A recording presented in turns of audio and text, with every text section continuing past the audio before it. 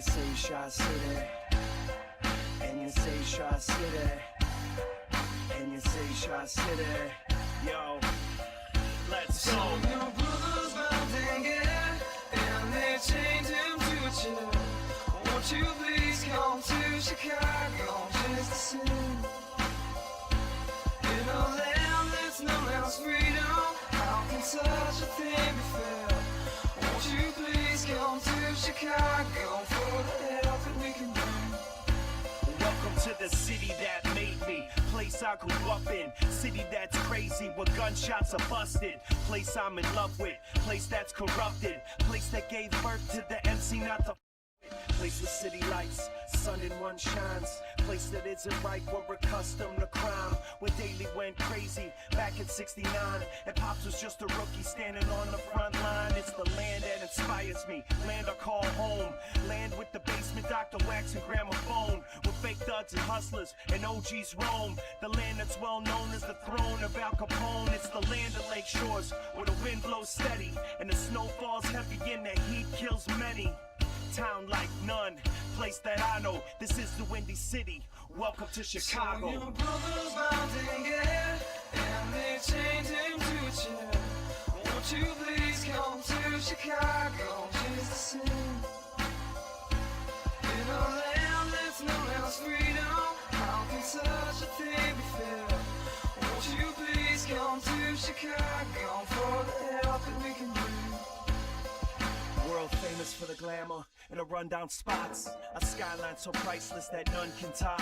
You can hear a different story up and down some blocks, and forever hear them bitch about the Cubs and Sox. It's a place like no other, unequal to most, where the city runs deep from the streets to the coast. But things can get ugly, city streets are no joke, cause the city's held down by the people and folks. It's a place of attitude, we think and we say, from heralds to the palace, this is each and every day. The real cops went to Iris to drink the pain away, and the real hip-hop is NUR and HBK. It's the land of Lake Shores, where the wind blows steady and the snow falls heavy and the heat kills many.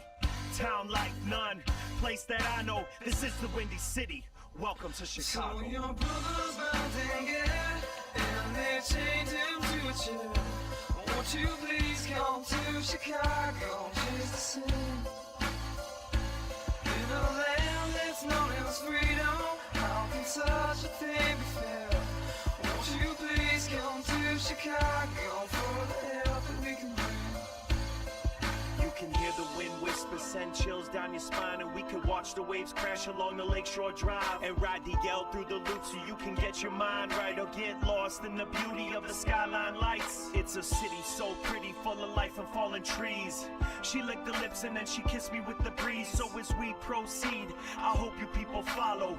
You know the motto, welcome to Chicago. So your brother's bound and they chained him to a chair. Won't you please come to Chicago just to sing? In a land that's known as freedom, how can such a thing be fair? Won't you please come to Chicago for the help that we can bring? So your brother's bound and they chained him to a chair. Won't you please come to Chicago just to sing? In a land that's known as freedom, how can such a thing be fair? Won't you please come to Chicago for the help that we can bring? Welcome to Chicago. Welcome to Chicago. Welcome to Chicago. Welcome to Chicago. Welcome to Chicago. Welcome to Chicago. What is going on, everybody?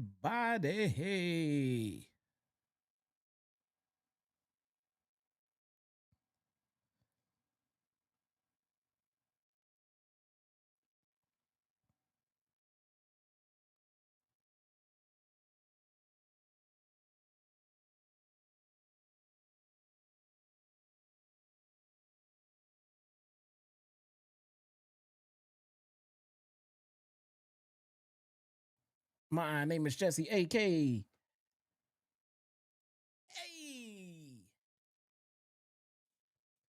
your very own one and only Shot-Town Smart Man, and it is time for little previews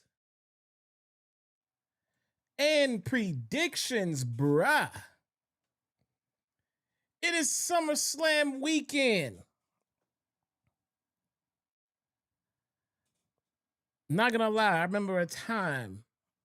I legitimately remember a time when SummerSlam weekend felt like it legitimately felt like a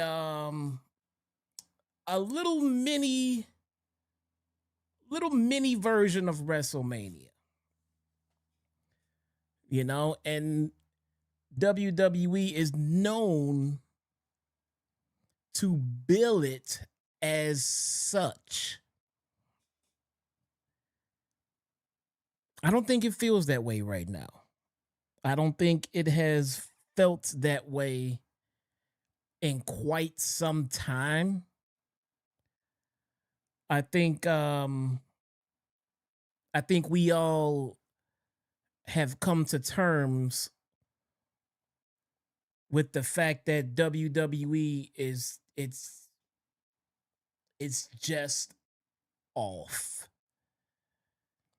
It's just not where it normally is at this point. Because at this point, the lull after WrestleMania has worn off, and we should be in the thick of a heated, hyped SummerSlam build.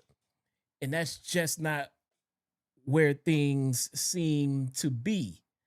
Well, most of us are aware of this. I mean, I know one person that is still in denial, but what are you going to do? You know, in their defense, they're not in that boat alone, because pro wrestling in general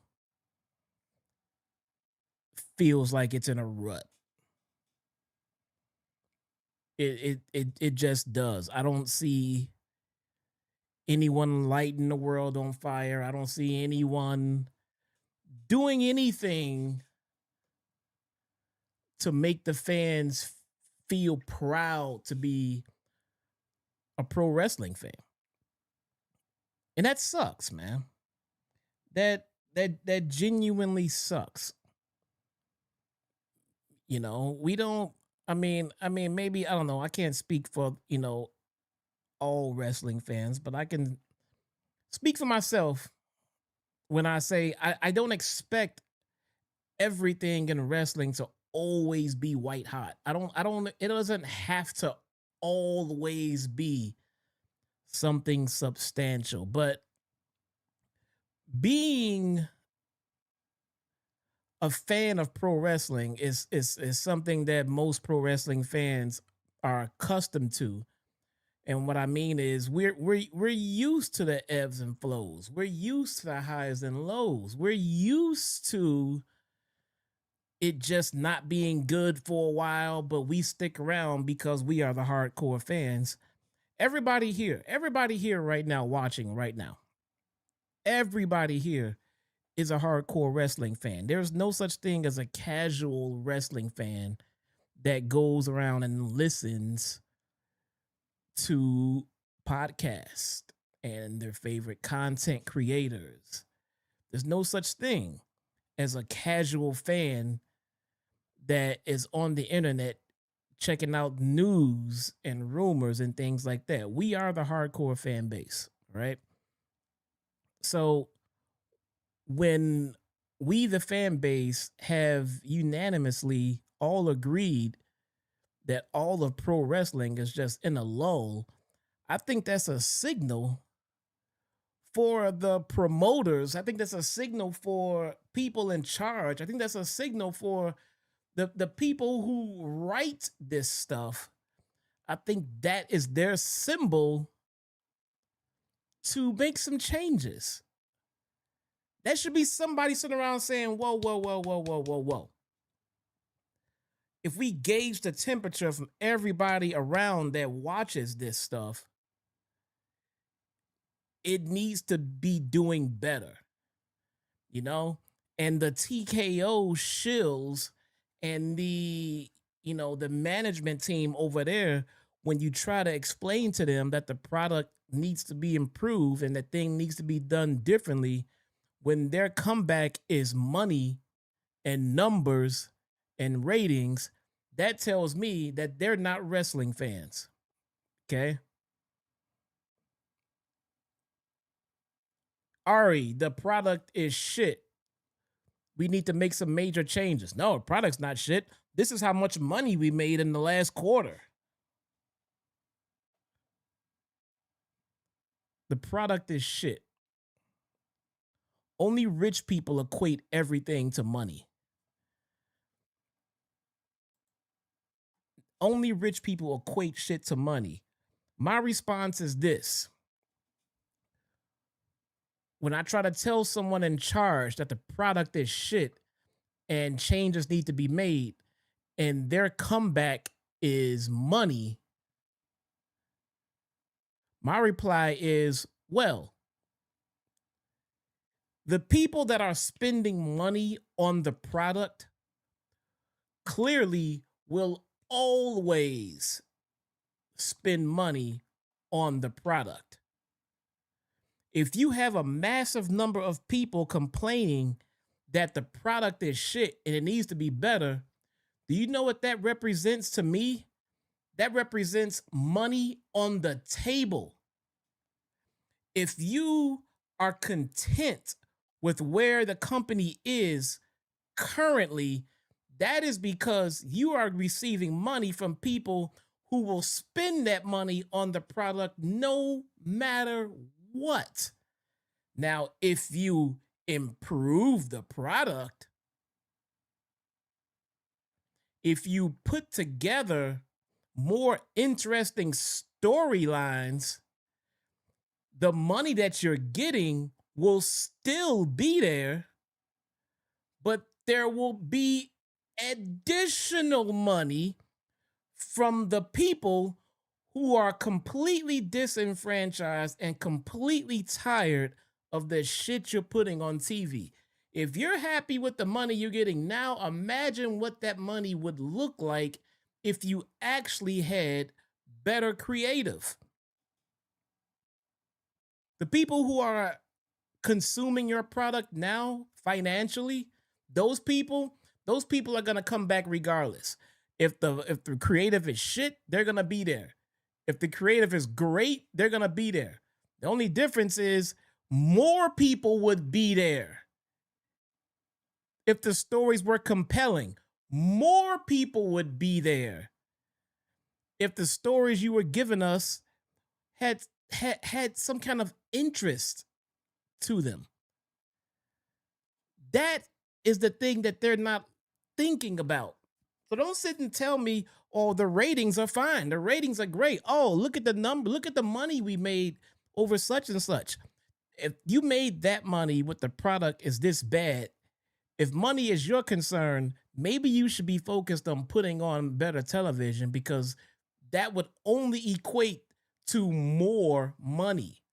The people that are consuming your shit now, they're going to keep buying. They're going to keep showing up regardless.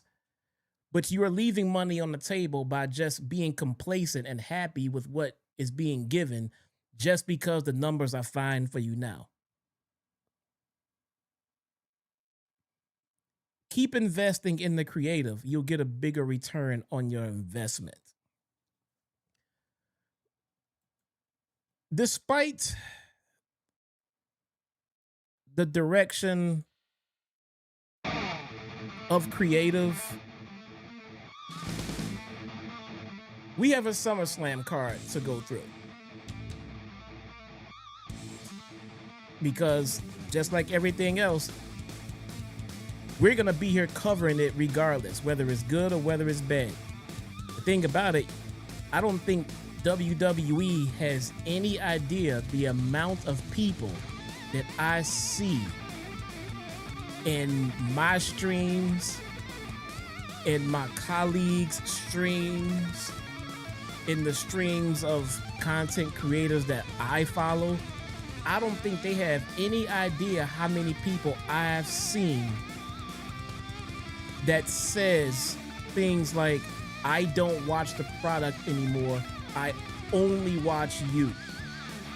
I only watch you. I only watch this person. I only watch this person. I don't even bother watching the product anymore. I only watch my favorite content creators. They're leaving money on the table. They'll watch us until we have collectively said, this product is good.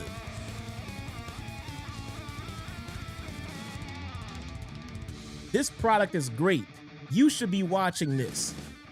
Let me tell you what happened on the show. When your favorite content creators have collectively started saying that, hey, the product is good, the people who stop watching will go back to watching. You'll see the increase in numbers. You wouldn't have such a hard time selling tickets for these shows. And the overall product, everybody is happy. Executives are getting more money. Hardcore fans are getting better creative. Casual fans are gonna be happy no matter what, because clearly they're just gonna take it.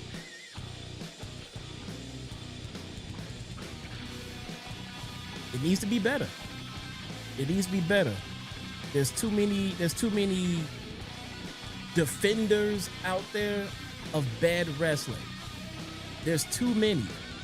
If it's bad, it's just bad. If you want it to be better, call it what it is. It is bad. When it's great, call it what it is. Call it great.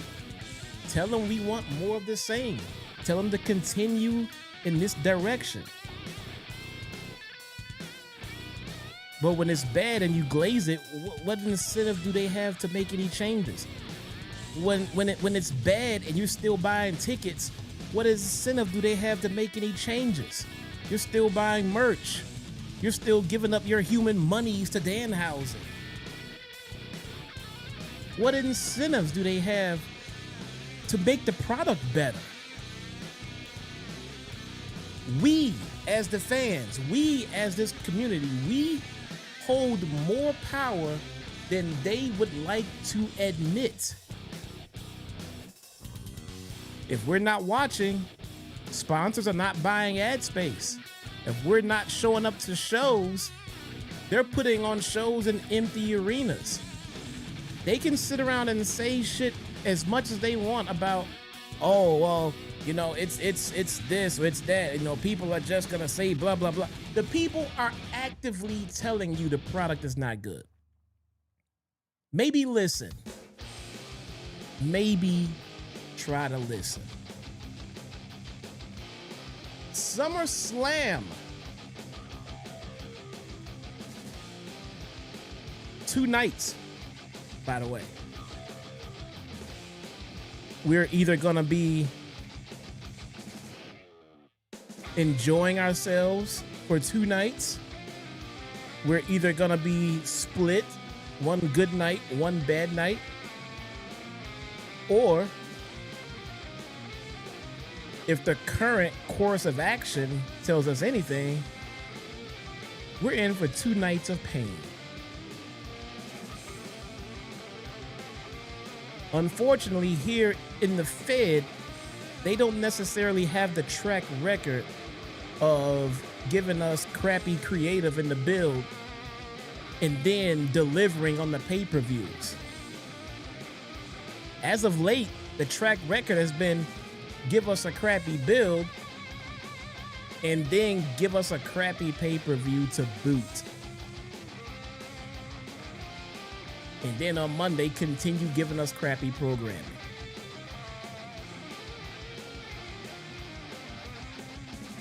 SummerSlam, Night 1.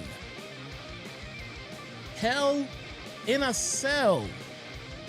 Oba Femi versus Brock Lesnar. Match 3. Match 3.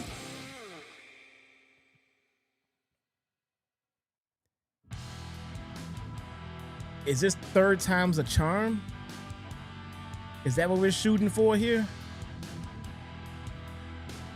I think they should have left it where it is, or left it where they had it after the first match.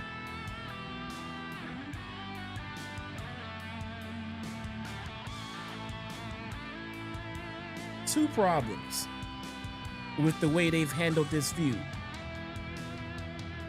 One, none of their matches seem special anymore.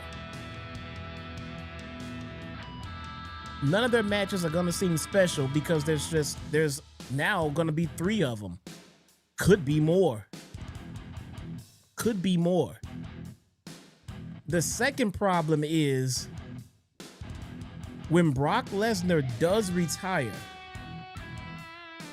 whenever that is, whenever Brock Lesnar retires, it's not gonna mean shit to anybody. No one's gonna take it seriously. No one's going to care because he's already duped us once and then came back. If you start strip teasing again in the ring and telling us that you're done and all this other bullshit, I'm gonna sit here and say I don't believe it. I don't believe it and I don't care anymore because those feels came out after the first time you did it. Now, when you do it, it's just straight up meaningless. It's not gonna hit the same. It's not gonna feel right. It's just gonna be there. And I think Brock Lesnar retiring deserves more. It deserves the emotion that we got from the first time that he did it. I think that was a missed opportunity. Brock Lesnar has had an illustrious career here. It's not without its controversies, you know. Which is, fine. Who does not have controversies these days? Top stars, tend to be controversial at times. It's a part of it. It happens. All right. I feel like this is Oba Femi's match to lose. I feel like I seriously do not know why they're running this shit back 3 times. Diminishing returns. I'll just leave it at that. Diminishing returns. Oba Femi wins. Does Brock retire again after this? I'm gonna say no. No. Does he low-key retire after this and just drift off into the sunset? Probably not. We might get another Brock Lesnar match down the road. I don't know. But now that's the Brock Lesnar bubble we live in. It's just about, is he gonna retire now? Is he gonna retire this time? How about now? Is now the time he's gonna retire? Or he's just gonna fake it again? Nope, we don't even know anymore. This was a poor decision. You should have left Oba Femi as the true, actual ruler who put down Brock Lesnar, one and done, retired him, and have Brock give that aura to Oba Femi, the new beast.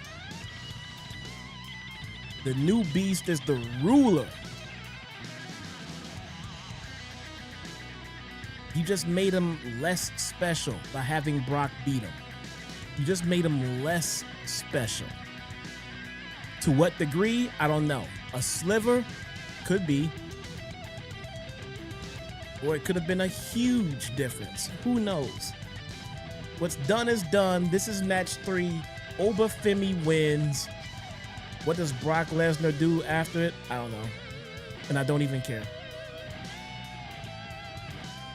I don't even care. that moment has passed. That moment has passed. Ladies and gentlemen, we are live right now. You know, in case this gets re-uploaded as a video. Super chats are welcome. If you would like to add to the discussion, you can do so via super chat. Normally during the watch alongs and everything like that, I get into everybody's ideas and comments and things like that in the show. This format's gonna be a little bit differently. I will take your super chat comments and questions, and I will incorporate those into this video. But for the rest, thanks for being here. I see you guys. Well, some of you guys. I am kind of busy with my notes. And we're going to keep this flowing because I'm not trying to hold you guys here all night. I know SmackDown has started. For those of you who's, for some reason, actually watches SmackDown, I'm going to get you guys back to it as soon as we can.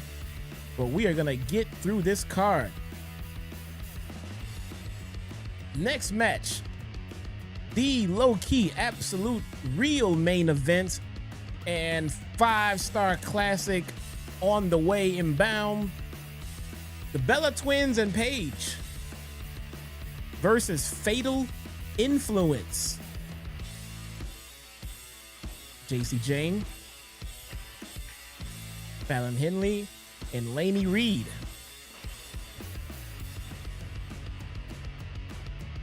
Wow. I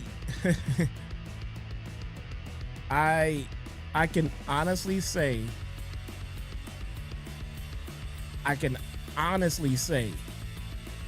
that I care more about the Danhausen Human Monies on a Pole match more than I care about this one. Let that sink in.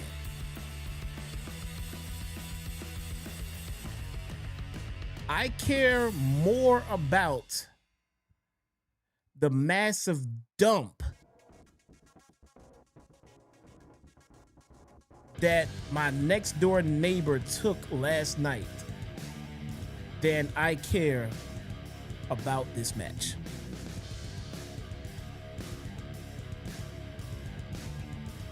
Bella Twins and Paige wins. Who cares? GUNTHER versus Nick Aldis. This one sounds interesting. I think it's a no-brainer that Gunther's gonna win. Clearly, Gunther is going to win. But I'm low-key a little bit excited to see Nick Aldis get back in the ring. Been a long time. WWE brought him in. When they brought him in, he was an active wrestler. They brought him in from TNA, and Nick Aldis was an active wrestler. He signed over in WWE as a commissioner, and they've been using him as such. And he has not laced up his boots since he got into the E. So now we get to see him in action, and in action against one of the better in-ring competitors in the entire company right now in Gunther. I want to see how Nick Aldis does. Gunther is going to put him through the ringer. Gunther is going to give him the best opportunity to look like the star that Nick Aldis actually is, and it should be a pretty good match. I think there's a lot of fans in WWE right now who have no idea how good Nick Aldis is, and they're gonna get to see it. And I'm glad that they got someone as good as Gunther to pair up with him, and I think this is gonna go well. So interesting. I am very much interested in this match. We have the Usos and Jacob Fatu versus LA Knight, Royce Keys, and Solo Sikoa. This match is the epitome of what we're talking about when we say the creative is dog shit in WWE right now. I do not understand the dynamic of this match. Me personally, I just do not understand the dynamic of this match. I don't know if it's because I don't watch SmackDown, so I don't understand Solo Sikoa's vested interest in what's going on over here on Raw. I don't understand how and or why Solo Sikoa is a babyface when the last time I saw him he was a heel, and now he's over here feuding with the Bloodline, who for all intents and purposes themselves are baby faces. The dynamic is just off. Jay, maybe I could see maybe Jay passing as a heel. He's always the hothead of the group. Jimmy's also always been a baby face. I can't remember the last time Jimmy Uso has did anything heelish. Jacob turned babyface recently. So if Solo is a babyface and he's teaming with two other babyfaces, did we just make the Usos and Jacob heel by default? I mean, how did that happen? How did that happen? What happened to the rest of the family that Solo was dealing with? What happened to the guys that nobody gives a shit about anymore? Are they out? Are they running their own crew? Is he still with them? Are they? I have no idea. I have no idea, and I shouldn't have to watch SmackDown to keep up with something that's going on Raw.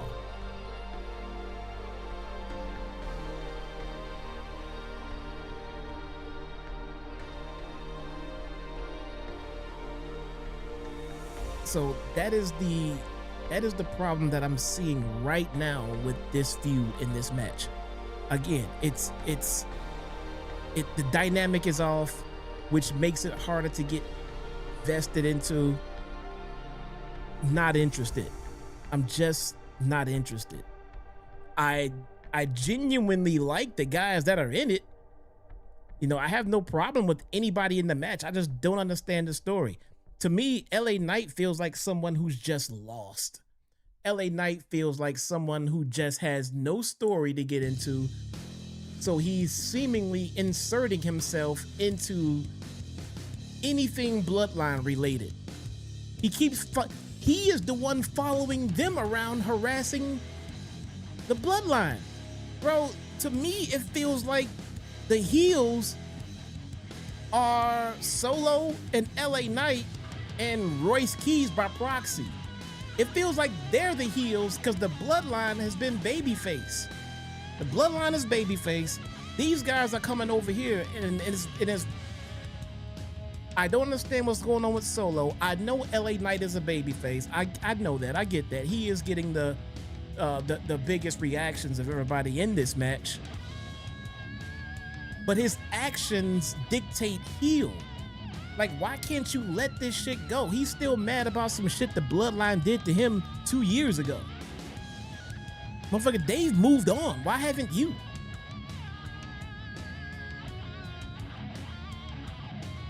I don't know. I don't get it. I got the Bloodline winning this one. It just makes more sense.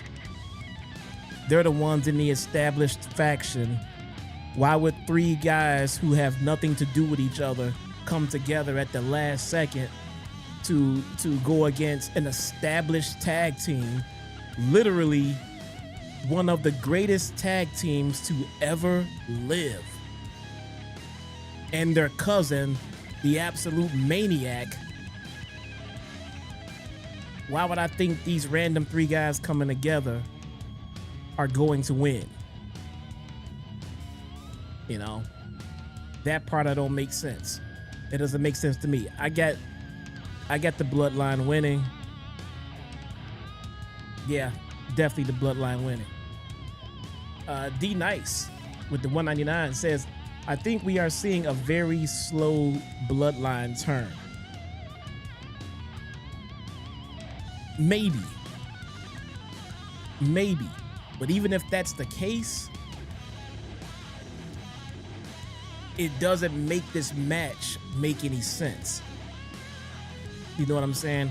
And a slow Bloodline turn is going to be almost impossible to do when Roman is still the head of the Bloodline. Good luck trying to turn Roman Reigns heel in 2026. It's just it's also just not a smart move because of all of his merch sales and everything like that. But nonetheless, the guy is one of those you probably can't turn him heel anymore type baby faces. Like, it probably won't work.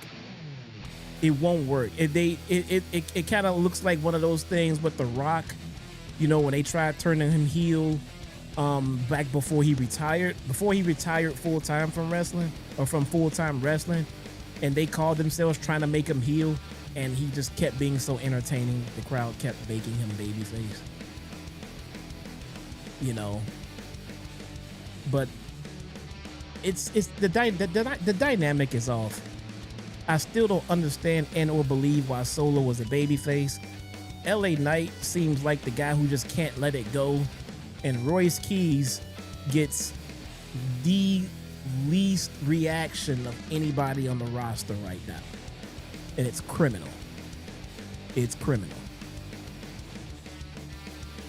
Women's World Championship, Liv Morgan versus Io Sky. Liv Morgan seems to be getting a lot of heat these days. I don't frequent Twitter anymore, but I got my ear to the ground. I'm seeing some of the fan reactions, and Liv Morgan is kind of losing favor with the WWE universe. You know what I'm saying? And I'm pretty sure that everybody here knows that, you know, Io is my second wife. So there is literally no reason for me to not pick Io to go over and become the new women's champion. Night 1 main event. WWE Championship. We have one Philip Cookie Monster Brooks versus the American Crybaby Cody Rhodes.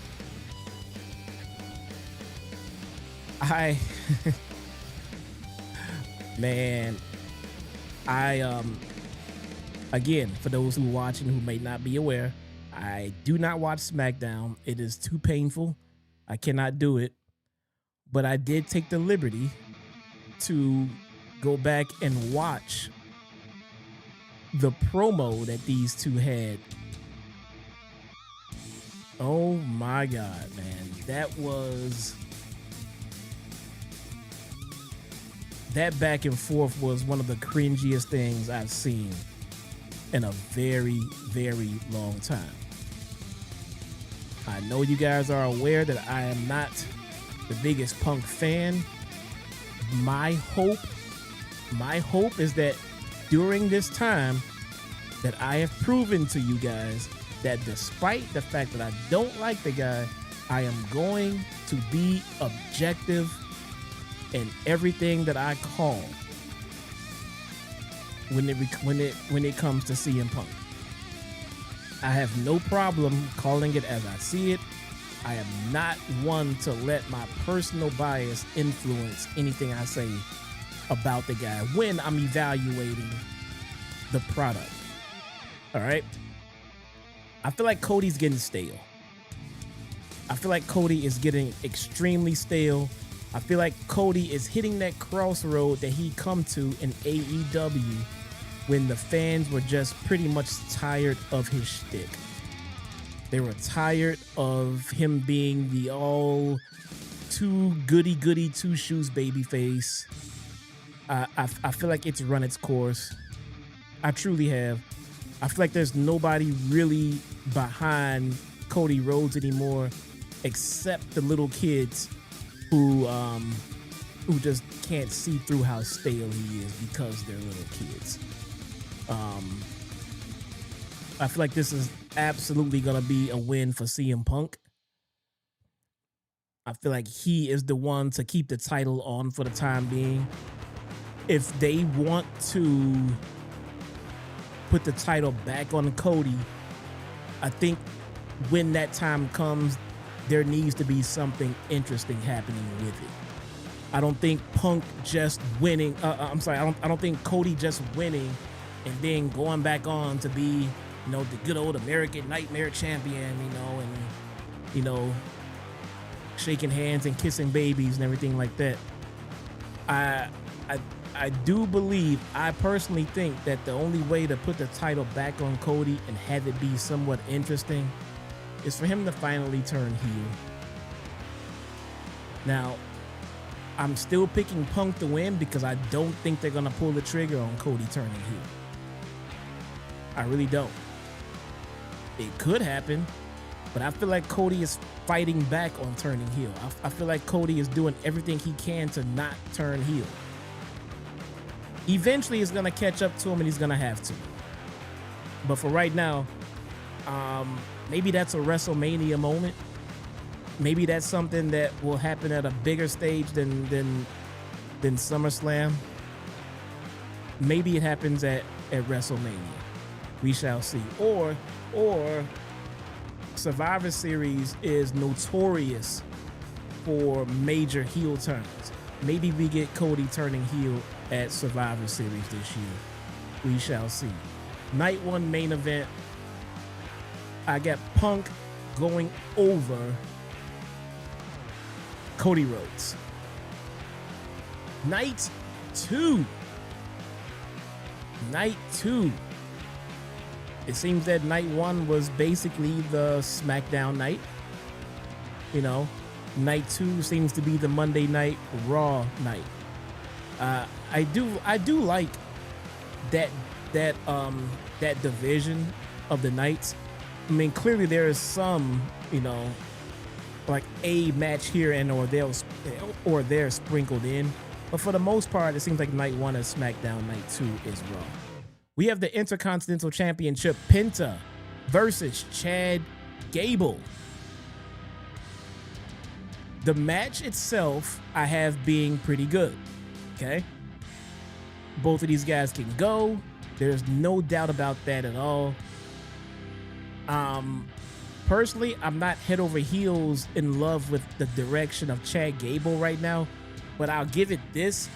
I feel like that's probably a part of the direction that they're giving Chad Gable right now, if that makes any sense. He's coming off the Mr. Americano gimmick and everything like that. Remove the mask. He's over as Rover. He's back on the show maskless as Chad Gable, but that's his whole shtick.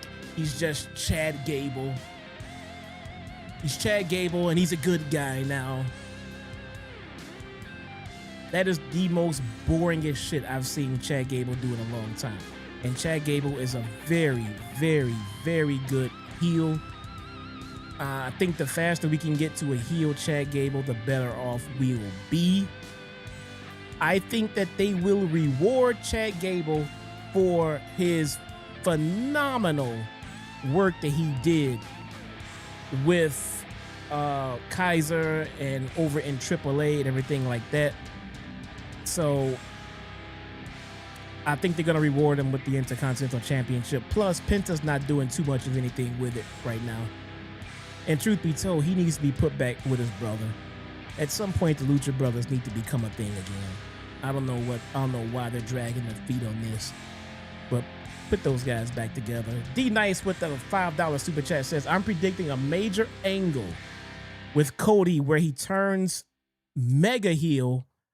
Perhaps a new faction is built. That would be something.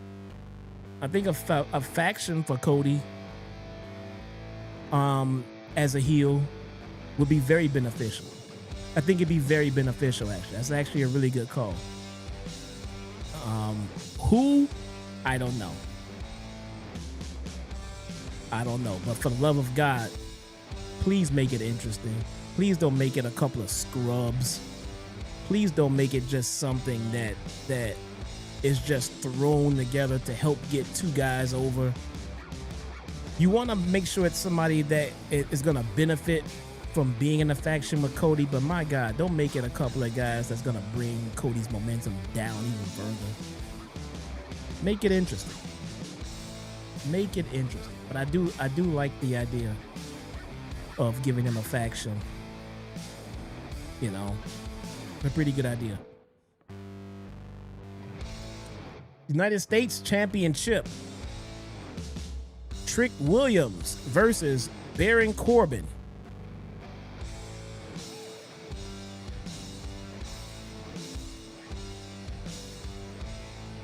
This is easy. Well, let me stop. I don't know how they're booking Baron Corbin right now over there on SmackDown. I don't know if they're, for some reason, have decided to be super high on Baron Corbin all of a sudden. But I do know that they are extremely high on Trick Williams. And I don't see Baron Corbin coming back into the company and dethroning one of the guys that they have very, very high hopes on. Trick Williams retains easily. Like, this match shouldn't even go that long. Danhausen versus Dirty Dom Dom in a Human Monies on a pole match.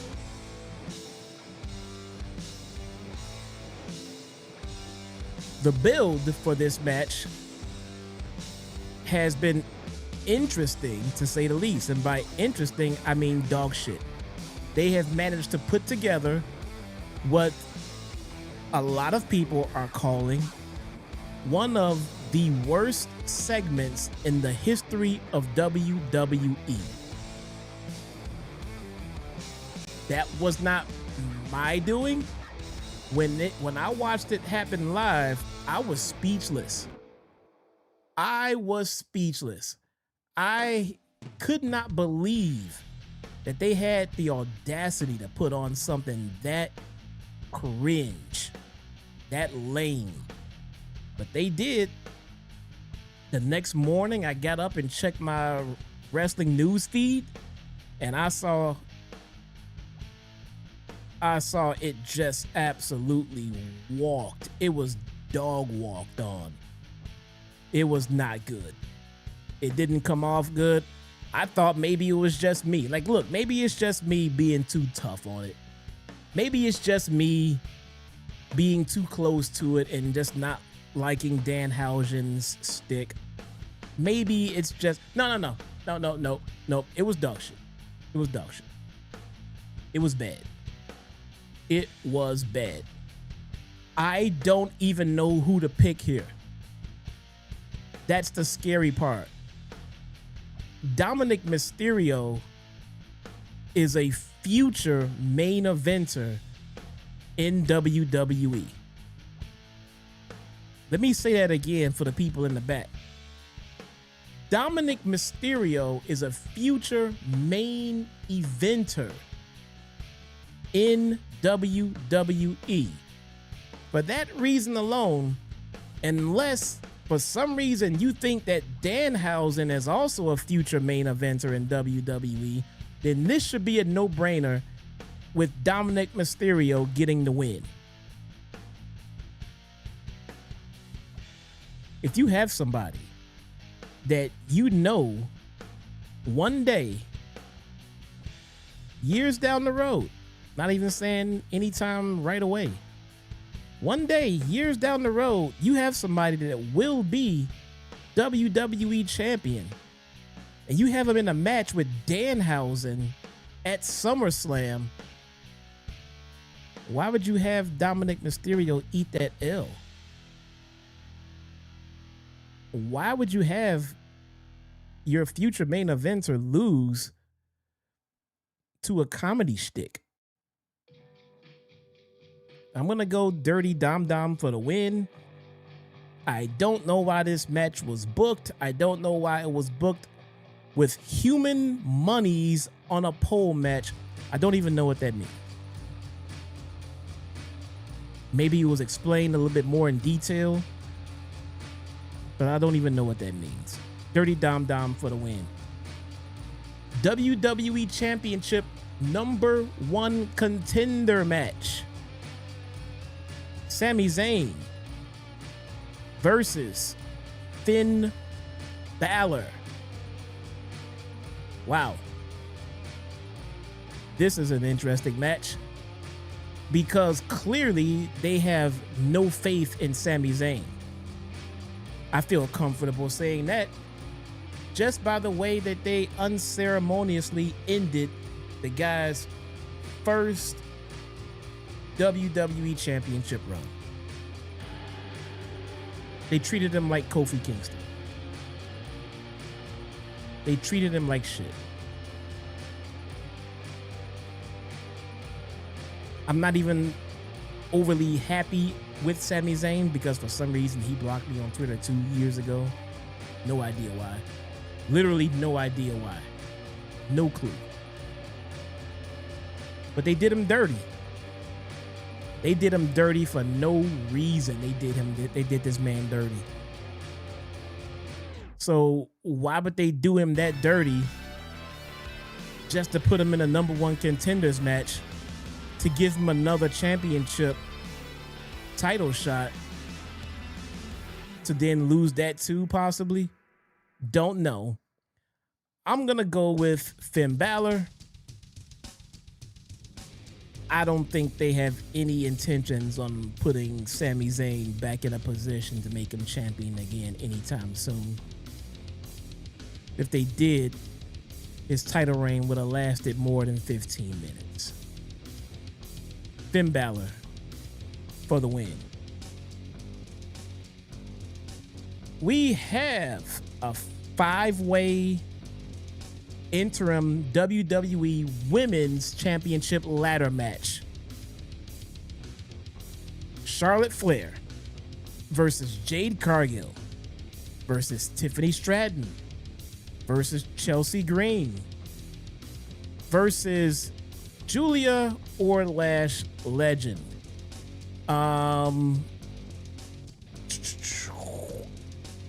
sure one of you guys somewhere is peeping out SmackDown. Do we have the results of whether or not we're getting Julia or Lash Legend yet? That's probably maybe in the main event segment. I don't know. If you guys let me know in the chat, then I'll weigh in on that one. But to be honest with you, to be very honest with you, it doesn't matter.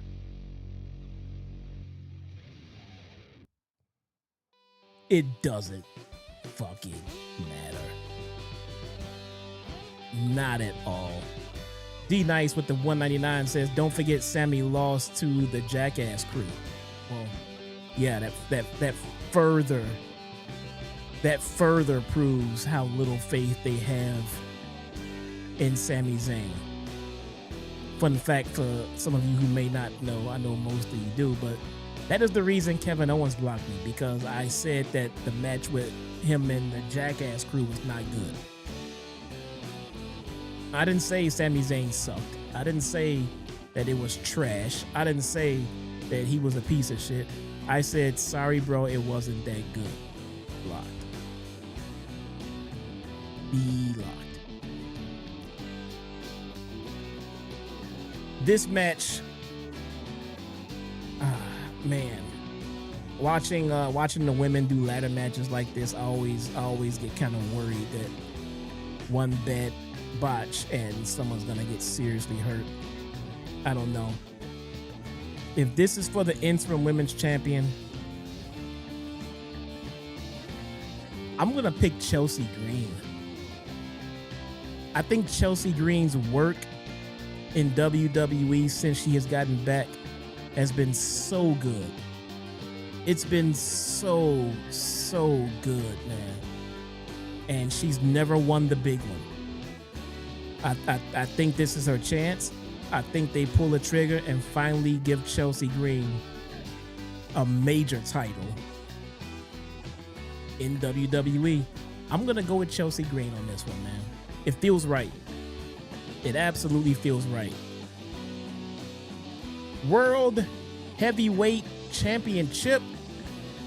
The Tribal Chief, Roman Reigns, versus Seth freaking Rollins, bruh. These guys are literally built to fight forever. They are literally built to fight forever, man. And I'm not gonna lie, I'm kind of here for it. I'm here for it. They have a built-in rivalry that will never go away. When they've both retired and left, the feud that they've had over the years will be a thing of legend. You know, I know it's happened so many times. I know we're probably tired of it, but I feel like at this point, it's just meant to be. They're always gonna have that attachment because of how they came about in this business together, in this company, how they've progressed and everything like that. I think they're always gonna be attached at the hip, you know. And I'm here for it, man. I'm here for it. There's plenty of times when I'm tired of Seth. There's plenty of times when I'm tired of Roman. But when you put these two together for a feud, man, I'm here for it. I'm here for it. Seth, if I'm not mistaken, has the majority of the victories between these two. But I do not see a reason at all to take the title off of Roman to put it on Seth. So I will be going with the Tribal Chief, Roman, to retain. And where does Seth go from here? Don't know. I still feel like there's unfinished business with the Vision. But here's the thing about that, though. The Vision is been dropped down to a mid-card faction. It is literally below Seth at this point.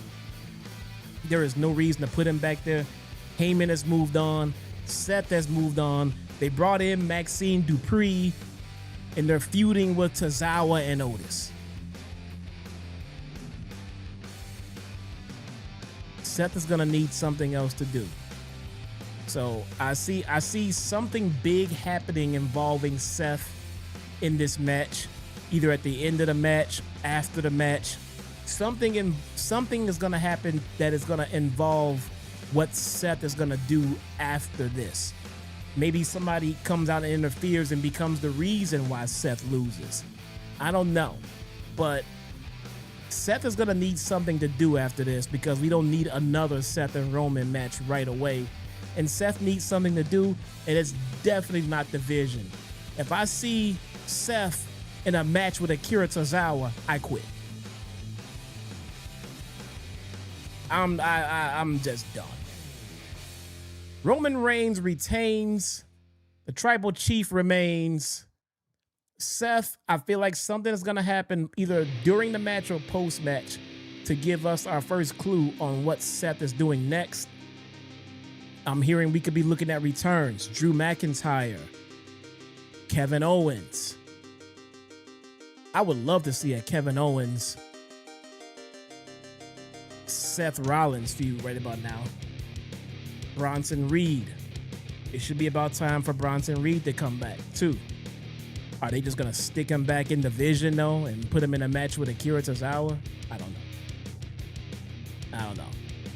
ladies and gentlemen, that is it for previews and predictions for SummerSlam 2026. I want to thank you guys all for coming out and hanging out and joining.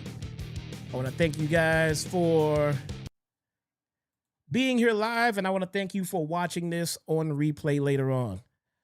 I will be live again tomorrow for SummerSlam Live. We're going to cover night 1 and we're going to cover night 2, and we're going to cover the fallout on Raw on Monday. Make sure you guys are here for that, and I will see you guys then. In the meantime, be good to yourself and be good to others, bro. Why not? I will see you guys tomorrow. Peace. Won't you please come to Chicago just the same? In a land that's known as freedom, how can such a thing be fair?